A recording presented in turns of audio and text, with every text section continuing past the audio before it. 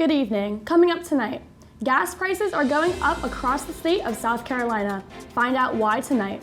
A busy weekend for the Gamecock women's basketball team. Find out the details coming up. And later, find out about a special event this week that will bring out your inner Viking. But first, our meteorologist, Kaden Dinkins, is in the studio with us right now. Kaden, what's going on? Well, ladies and gentlemen, it is Valentine's Day, so I will have some more details on what that weather holds for you tonight, and I'll have some more details on the week's forecast coming up tonight on SGTV Student News at 7.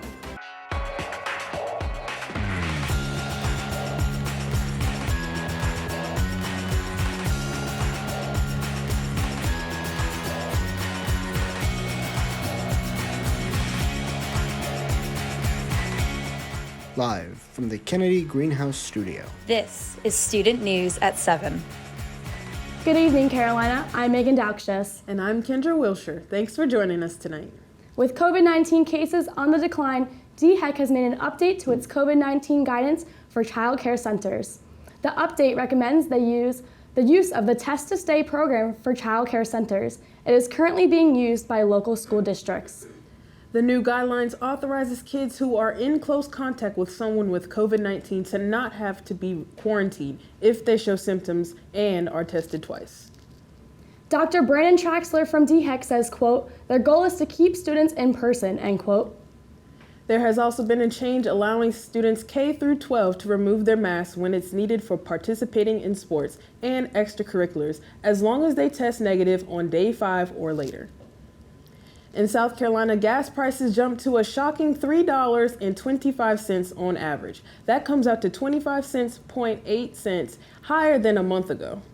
Head of petroleum analysis at Gas Buddy, Patrick DeHaan, said, quote, the jump in gas line prices has continued unabated as oil prices continue to push higher, reaching $94 per barrel last week on continued concern over the possible imminent threat that Russia may invade Ukraine. As of Monday morning, the cheapest station in the state had a low price of $2.79. Meanwhile, the highest reported shot at shocking $3.91. This brings us to a difference of $1.12. The national average was 4.6 cents a gallon. More than 480 housing authority homes are in danger of eviction. Residents that have fallen behind on their rent and failed to set up a repayment plan are at risk. Last November, 70% of those were facing eviction had help from rental assistance programs and help by the authorities by outreach. Participants at the board subcommittee meeting are questioning what will happen when those are left without a home. The authority has stayed in contact with their homeless and social service partners. Those at risk have been notified and assistance is being continued. On a sweeter note, last Friday, senior citizens got the opportunity to celebrate Valentine's Day a few days early. Seniors who reside in numerous senior centers in the Midlands area received roses and Valentine's Day cards. The delivery reached over 500 seniors. Sydney Tyner, who is a member with the group All About Seniors, said, quote, it was a way to show them that they are loved ahead of Valentine's Day and also to demonstrate they are not forgotten during the pandemic, end quote. Tyner added, quote, the pandemic still present in our communities. Our seniors are continuing to experience more isolation and loneliness. Coming up, the latest in Carolina sports. Stay close. Welcome back, everyone. It was a busy weekend for Carolina sports. SGTV News 4 Sports anchor Myra Salters is here with us with the details. Myra? What's up, guys? I'm Myra Salters, and welcome back to another week of breaking down some Gamecock athletics. So let's jump right into it. The women's basketball team was booked and busy. Last Thursday night, they defeated Kentucky 59-50, going into the game without two of their own. Forwards Letitia Amir and Camila Cordoso were both off competing at their national teams this past week in the 2022 FIBA Women's Basketball World Cup qualifying tournament. Although this was a win for the Gamecocks, it was one they had to fight for, with constant turnovers and free throws saving their momentum. Kentucky is ranked right now at number 11, so maybe the loss of their two forwards was felt, not enough to defeat them, but enough to catch attention. Yesterday, they matched up against Georgia, and this time around, the Gamecocks were up by 30 before the half. They were competing well in the start, but things took a turn when the Dogs had called fouls on 2 of their power players, exiting them from the game. From there, Carolina began transitioning Georgia's weakness into their advantage, setting them up at a lead of 51-21 at the official half. Aaliyah Boston led her team to victory once again as Georgia fell 72-54. Between the games against Kentucky and Georgia, Boston has contributed 32 points alone. So as I mentioned, it was a busy week for these women. As for Amir and Cordoso, they are expected back in Columbia today as they prepare with the rest of their team to take on Auburn this Thursday, 7 p.m. at Colonial Life Arena. The men's golf team woke up to warm weather and waves, but this morning, according to their stats, a little trouble in paradise was reported as well. This morning, they opened up their season in Puerto Rico at the 2022 Puerto Rico Golf Classic. This will be a 3-day, 54-hole tournament that the men will be competing in. As of right now, they sit at 7th overall, shooting 24 under par, which is not bad for day one. The highlight of the day was freshman Nathan Franks, who shot 5 under par, shooting 3 birdies and an eagle at the 11th hole. It was a good day for the Gamecocks, but a good day for them to feel out the course, with day one behind. They now know what the course looks and feels like as they prepare and go in for day 2. The Gamecocks will continue on Tuesday as they face Ole Miss and Wisconsin for the final round. That's all this week for Carolina Sports. This week, back to you. Thanks, Myra. Coming up, find out about some exciting new events planned for this week. Don't go anywhere. Welcome back. Joining me now is entertainment reporter Beyonce Watson to talk this week's events. What do you have for us this week? All right, Gamecocks, if you're interested in learning more about history this weekend, you're in luck. Start your weekend adventures a little early this week at the Anne Frank exhibition right here on campus.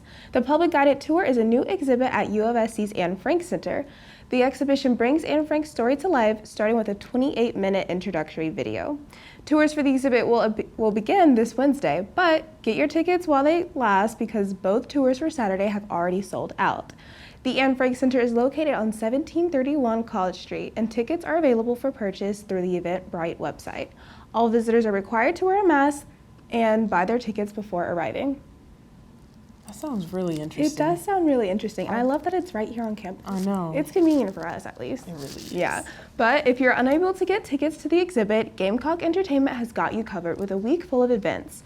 Kicking off tonight with a scavenger hunt for Cocky's Quest, beginning at 7 to 10 p.m. in Russell House Underground. Then tomorrow, there'll be Tuesday Trivia Night from 7 to 9 p.m., which will also be held in Russell House Underground. And if you have a sweet thumb, this event is for you. Carolina Productions will be having a cake decorating event in Russell House Ballroom from 6 to 8 p.m. this Wednesday. And for Thursday's event, be sure to sign up on Garnet Gate to participate in some axe throwing fun at Craft Axe Throwing in the Vista from 6 to 10 p.m. If you're unable to drive, shuttles will be running from the Horseshoe to the Vista starting at 5:30. I've never did axe throwing, have you? Me either. I think I'm scared to injure someone or myself. Honestly, Right. I don't know. That's all we have for your entertainment news tonight. Coming up after the break, Kaden Dinkins will let you know if you need a jacket or an umbrella for this week. Stay close. Welcome back, everybody. Coming up tonight, we do have some cooler temperatures with a slight breeze, but tomorrow those temperatures warm up again and those showers start on Thursday, unfortunately, continue through Friday, and then we have a clear weekend with with some warm days. The highs for today, we stayed in the relative upper 50s, except for in Rock Hill, we were in 53. And then on the coast, we were in 51 in Myrtle Beach, but relatively 56 in the Midlands was about the average. And then right now here in Columbia, South Carolina, it is 48 degrees. Like I said, it is a bit chilly. Those winds are going west at 3 miles an hour. Just a slight breeze to make it a little bit cooler. That cloud cover is 8%, so that moon is shining nice and bright, and the humidity is only 40%. And there's that nice Valentine right on the moon because it is Valentine's Day. So I hope you guys are going out and enjoying something, whether it is with Galentines or with your significant other. Now, coming up the rest of this week, tomorrow it is sunny and 60 degrees with a low of 31. And on Wednesday with a high of 68 and a low of 52. It is partly sunny. Those clouds will be out just a little bit. And on Thursday, that rain peaks right through with some showers. That is an 80% chance as of right now. But there is a nice high of 76. So it might be kind of muggy outside. You're going to need a rain jacket and you're probably going to need an umbrella, but it will be pretty warm with a low of 56 at night. Friday, those showers continue. They are just possible. As of right now, we're still on the watch for those. Those temperatures drop down to 67 with that high of the day, and a low of 37 at night is going to be nice and cool. So be aware of that. If you're going out, you might want to bring a jacket. Now this weekend is so nice. Saturday is sunny. That's what I'm trying to get at. So a high of 58 and a low of 34. It is a little bit on the chillier side, but still warmer like a spring day. But that sun will be out, so it'll keep it nice and warm. Sunday is a absolutely beautiful day. It is a high of 63 and a low of 35. That sun once again will be out, and that sun will be shining, keeping it nice and warm. That's all I have for you guys for the forecast for this week. Coming up next, we'll have your Carolina Canine.